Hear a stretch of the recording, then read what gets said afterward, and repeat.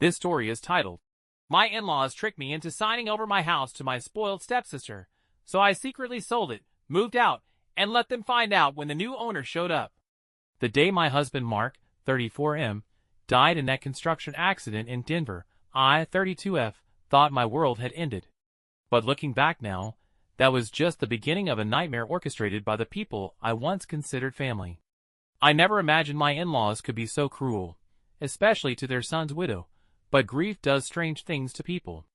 Or maybe they were always like this, and I was too blinded by love to see it.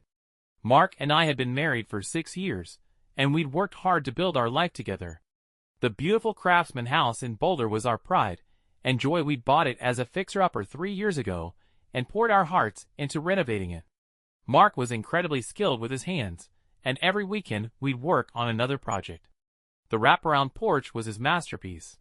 He designed and built it himself, telling me it would be perfect for our future kids to play on while we watched from the rocking chairs. But those dreams died with him that April morning. The first few months after the accident were a blur of grief and paperwork.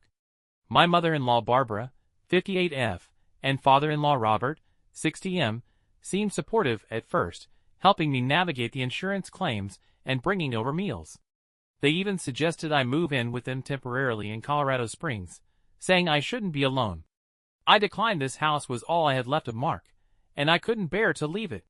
What I didn't know then was that they were already plotting with my stepsister Ashley, 29F. She'd always been the golden child, despite joining the family later when Barbara remarried. While Mark worked construction to put himself through trade school, Barbara and Robert had paid for Ashley's private college education and bought her a car. Now she was back living with them after her third failed attempt at starting a business, burning through their money while complaining about how unfair life was. Looking back, I should have seen the red flags when they started bringing up Mark's life insurance payout and suggesting I invest it with Robert's financial advisor friend. But I was too deep in grief to notice how often the conversations turned to money, or how Ashley would randomly show up to check on me while conspicuously admiring different features of the house. I just thought they were trying to help, trying to keep me close to the family. I had no idea they were circling like vultures, waiting for the perfect moment to strike. Everything changed 6 months after Mark's death. I was finally starting to emerge from the fog of grief, even considering going back to my job as a dental hygienist, when Barbara called about a family emergency. She was hysterical, saying Robert had suffered a heart attack and was in the hospital. I rushed to Colorado Springs, only to find Robert perfectly healthy in their living room with a stack of papers spread across the coffee table. That's when they sprung their trap. They claimed they discovered Mark had taken out a massive secret loan against the house to help Ashley start her latest business venture, a boutique fitness studio. According to them, he'd been too ashamed to tell me about it. They produced documents showing the loan was in default, and the bank was threatening foreclosure. Barbara tearfully explained that Ashley had a solution. She would save the house by taking over the loan, but needed me to sign some papers immediately to stop the foreclosure. I was overwhelmed by the sudden crisis. The documents looked official, with highlighting tape marking spots for signatures. Robert kept emphasizing how we had to act fast, while Barbara reminded me how devastated Mark would be if I lost the house he'd worked so hard on. Ashley stood in the corner, playing the concerned sister role perfectly, saying she just wanted to help preserve Mark's legacy. My head was spinning from their rapid-fire explanations and the legal jargon in the papers. What they didn't know was that earlier that week, I'd received a letter from Mark's old construction buddy Tom, 35M. He was working out of state, but had heard through mutual friends that Ashley was bragging about moving into her new house in Boulder. Tom thought I should know, but the letter arrived the same day as Barbara's emergency call, and in my panic to reach the hospital, I hadn't opened it. Still, something felt wrong in that living room. The way they kept rushing me, not letting me read the documents fully, how Robert kept mentioning his lawyer friend, who'd looked everything over. But Barbara was crying about losing the last piece of her son, and Ashley was talking about how we could be real sisters, sharing the house. In a moment of weakness and confusion, surrounded by pressure from all sides, I signed where they pointed. It wasn't until I got home that night, and finally read Tom's letter, that the first seed of suspicion took root in my mind. The next morning, I pulled out every document from our home office and spread them across the dining room table. Mark had always been meticulous about keeping records, filing everything in labeled folders. As I went through them, my hands shaking, the horrible truth began to emerge. There was no loan. The house was fully paid off. We'd used Mark's inheritance from his grandmother to clear the mortgage last year. I found the paperwork right there in the house documents folder, along with all the renovation receipts and permits. My next stop was the county records office. The clerk's face said it all when she pulled up our property records. What I'd signed wasn't paperwork to save the house, it was a deed transfer. The house now belonged to Ashley. The documents had been notarized by Robert's friend, David, 55M, who I remembered signing Christmas cards as Uncle Dave. The pieces were falling into place, and each revelation made me feel sicker than the last. I spent the next week in a daze, pretending everything was normal while secretly documenting everything. I photographed all our house paperwork and made copies at the records office. Barbara kept calling, asking when I was planning to move out, saying Ashley needed to start renovating before winter. Each time, I made excuses about needing more time to pack, about being too emotional to sort through Mark's things. Then Ashley showed up unannounced one Saturday with paint swatches and a contractor. She walked through my house, pointing out walls she wanted to knock down, talking about gutting Mark's handcrafted kitchen cabinets. She even had the nerve to suggest I leave Mark's tools for her, since I wouldn't need them anymore. The contractor looked uncomfortable, glancing between us as Ashley chatted about turning the garage into a home gym. I smiled and nodded, but inside, something snapped. These people hadn't just stolen my house, they were trying to erase every trace of Mark, of our life together. That night, after Ashley left, I sat on the porch Mark had built, watching the sunset and thinking about how he always said the best revenge was living well. But as I looked at the for sale sign Ashley had left leaning against the garage, planning to list the house herself once I was gone, I realized living well wasn't enough this time. I needed to beat them at their own game. And thanks to their rush to get me to sign those papers, they'd made one crucial mistake, a mistake that would cost them everything. Their mistake was greed, pure and simple. In their rush to steal my house, they'd forgotten about Mark's grandmother's will. The inheritance that had paid off our mortgage came with a stipulation. The house had to remain in the direct family line for 10 years, or the entire property would revert to Mark's cousin Emma, 36F, in Seattle. The paperwork was filed with an estate lawyer in Washington, far from Robert's network of shady friends in Colorado. I made an appointment with a real estate attorney in Denver, someone with no connections to my in-laws. She confirmed what I'd suspected. Ashley's claim to the house was valid due to my signature, but the property was still subject to the grandmother's will conditions. Since Ashley was only a step-sibling, not a blood relative, the transfer had automatically triggered the reversion clause. Legally, Emma now owned the house. I reached out to Emma through social media. We'd only met a few times at family events, but she remembered me and was horrified when I explained what had happened. She was dealing with her own struggles, a recent divorce, and mounting medical bills from her daughter's chronic illness. When I proposed my plan, she didn't hesitate. Emma agreed to sell me the house at a fair price, using my share of Mark's life insurance money that I'd thankfully never invested with Robert's friend. We arranged everything through her lawyer in Seattle, keeping it completely quiet. The best part? Due to the reversion clause, Ashley's deed was now worthless. She'd never actually owned the house at all. I spent the next 2 weeks playing the grieving widow who needed more time to move. Barbara called daily, alternating between sympathy and thinly veiled threats about legal action if I didn't vacate soon. Ashley came by 3 more times with renovation plans and catalogs, each visit more aggressive than the last. I just smiled and nodded, watching them dig themselves deeper while my plan came together. The real estate market in Boulder was hot, and Emma's lawyer found a young couple eager to buy the house. I insisted on one condition in the sale: they needed to move in immediately after closing. The buyers, Michael and Rachel Thompson, both 31, were living with Rachel's parents while house hunting and were happy to agree. Everything was set for a quick closing. Meanwhile, my in-laws were getting impatient. Ashley had already ordered custom furniture and hired contractors to start work the following month. Barbara was making pointed comments about how some people just can't let go during our phone calls. Robert started leaving voicemails about getting their lawyer involved if I didn't set a move-out date. They had no idea I'd already found a small apartment across town and had been slowly moving my most precious possessions, especially Mark's tools and personal items. The weekend before closing, Ashley arrived with a truck and 2 friends, announcing they were there to start packing up unwanted items for donation. I watched them through the window, but didn't open the door, texting that I was out running errands. She left an angry note about how inconsiderate I was being, how she was just trying to help, and how she'd be back next weekend with more people to get this done. That same day, I finished moving the last of my things to the apartment. I left behind the furniture Ashley had been eyeing, the expensive sectional sofa, and the antique dining set Barbara had always envied. I wanted them to think they were getting exactly what they wanted. The only thing that might have tipped them off was that Mark's beloved workbench and tools were conspicuously missing from the garage. The closing was scheduled for Wednesday morning. By Tuesday night, everything was in place. I had arranged for my mail to be forwarded, switched all the utilities out of my name, and left the house spotless. As I did one final walkthrough, I paused in each room, remembering the happy moments Mark and I had shared there. But instead of sadness, I felt a strange sense of peace. This house had been our dream, but now it represented something else: my refusal to be victimized by people who had confused my grief with weakness.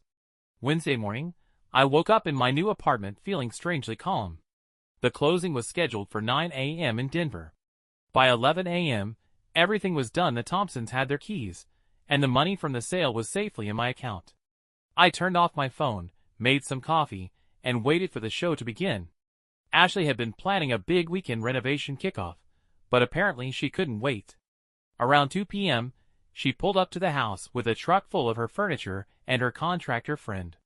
I know this because my old neighbor, Linda, 45F, texted me a play-by-play of what happened next.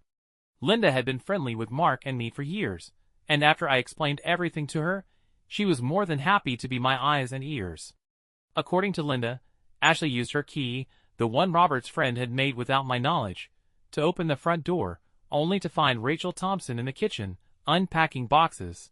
The new owners had decided to start moving in right away. Linda said she could hear Ashley's shrieks of outrage from across the street.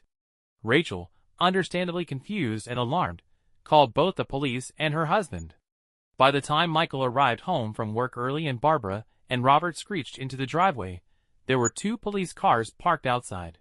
Linda described it as pure chaos: Ashley screaming about her house being robbed, Barbara demanding to know where I was, and Robert waving his worthless deed around while the Thompsons calmly showed the officers their newly recorded deed and closing papers. The police eventually escorted my former in-laws off the property, but not before Barbara had a complete meltdown on the front lawn. She was screaming about suing everyone, about how I had no right, about how they trusted me as family. The irony was apparently lost on her. Linda said several neighbors came out to watch the spectacle, including some who had attended Mark's funeral and knew exactly who these people were. When I finally turned my phone back on that evening, I had 47 missed calls, 92 text messages, and countless voicemails. Barbara had swung from threats to hysteria to begging. Ashley's messages started with rage, calling me every name in the book, before devolving into panic about the money she'd already spent on contractors and custom furniture. Robert's voicemails were cold and calculating, threatening lawsuits and criminal charges. But they had nothing to stand on, and they knew it. Their own greed had been their undoing. By forcing me to sign over the house to Ashley, they triggered the reversion clause in the grandmother's will. Everything they'd done, the fake loan documents, the rush deed transfer, the notary friend, it had all backfired spectacularly. Emma's lawyer sent them a cease and desist letter the next day, outlining exactly how their actions had legally transferred the house to Emma, who had every right to sell it to me. The fallout was swift and far-reaching. Robert's notary friend, David, was now under investigation for his role in the fraudulent transfer. Several of their friends, hearing both sides of the story, cut ties with them. Ashley's contractor canceled their contract and refunded her deposit, wanting nothing to do with the situation. She was stuck with thousands of dollars of custom furniture. She couldn't return furniture designed specifically for a house she never actually owned. Linda kept me updated on the neighborhood gossip. Apparently, Barbara had tried to stop by and, explain things to the Thompsons, but they threatened to get a restraining order. The neighbors who had witnessed her lawn meltdown had spread the story far and wide. The family that had once been so concerned about appearances was now the talk of two cities, their reputation in tatters in both Colorado Springs and Boulder. A week later, I received a letter from Mark's Aunt Catherine, 62F, his father's sister, who had distanced herself from the family years ago. She wrote that she'd heard what happened from Emma, and wanted me to know that my mother-in-law had pulled similar stunts before. Apparently, Barbara had tried to manipulate Mark's grandmother's will before she died, which was why the strict conditions had been put in place to begin with. Catherine wrote that Mark would have been proud of how I handled things, and she was glad the house was now with someone who would honor his memory. The weeks following the incident were surprisingly peaceful. I used some of the money from the house sale to start my own dental hygiene practice, something Mark had always encouraged me to do. The small apartment became my sanctuary, decorated with the meaningful pieces from our life together: his favorite reading chair, the photos of our travels, and most importantly, his workbench, which I turned into a beautiful display piece for our memories. Emma and I stayed in touch. She used her share of the sale money to cover her daughter's medical treatments and start a college fund. We began having weekly video calls, sharing stories about Mark and healing together. She introduced me to other members of Mark's extended family, who had been pushed away by Barbara's manipulative behavior over the years. There was a whole network of people who understood exactly what I'd been through. The repercussions for my former in-laws continued to unfold. Robert's country club friends quietly distanced themselves after hearing about the attempted property theft. Ashley's new boutique fitness studio struggled to attract clients as word spread about her involvement in the scheme. She had to move back in with Barbara and Robert, her expensive furniture crammed into their garage. Barbara's attempts to spin the story in their favor fell flat as more people learned the truth. One morning, I received an unexpected visit from Claire, 33F, Ashley's childhood best friend. She'd driven up from Colorado Springs to warn me that Barbara was spiraling. Apparently, she'd become obsessed with getting justice, spending hours researching legal loopholes, and plotting ways to challenge Emma's ownership claim. Claire had finally cut ties with Ashley after witnessing Barbara's increasingly erratic behavior and hearing her talk about hiring people to harass me at my new practice. I forwarded Claire's warning to Emma's lawyer, who promptly filed for a preventive restraining order. When served with the papers, Barbara had another public meltdown, this time at their local grocery store. Robert's attempts to blame everything on me backfired when several witnesses heard him admit they had orchestrated the whole scheme to teach me a lesson about family loyalty.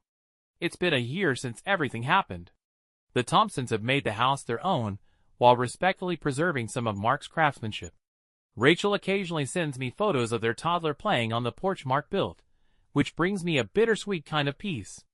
They've become good friends with Linda, and the house is once again filled with the kind of love and happiness Mark would have wanted.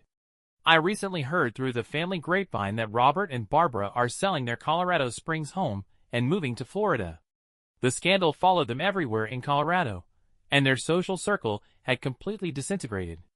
Ashley's latest business venture failed, and she's taken a job as a receptionist in Denver, far from her previous dreams of being a business mogul.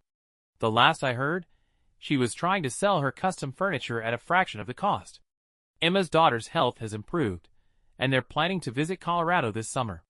We're going to meet up with Catherine and other members of Mark's extended family for a reunion, the first one in years without Barbara's toxic influence. It turns out that losing the house helped me find the family I never knew I had.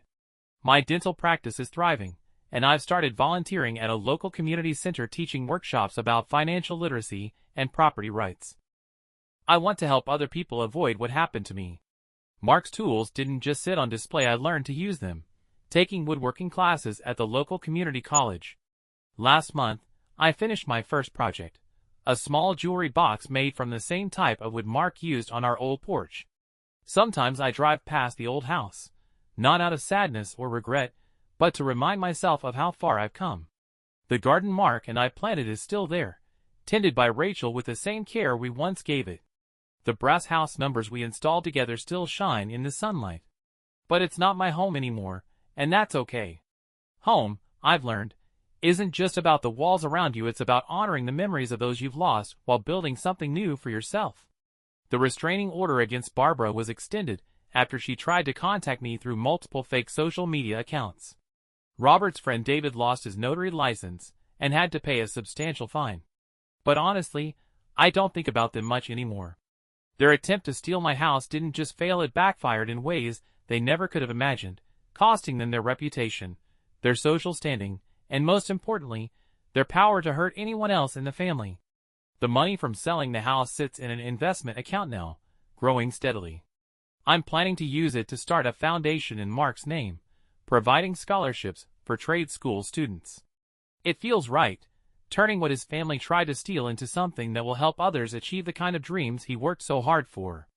In the end, the best revenge wasn't just about outsmarting them, it was about building something positive from their negative actions.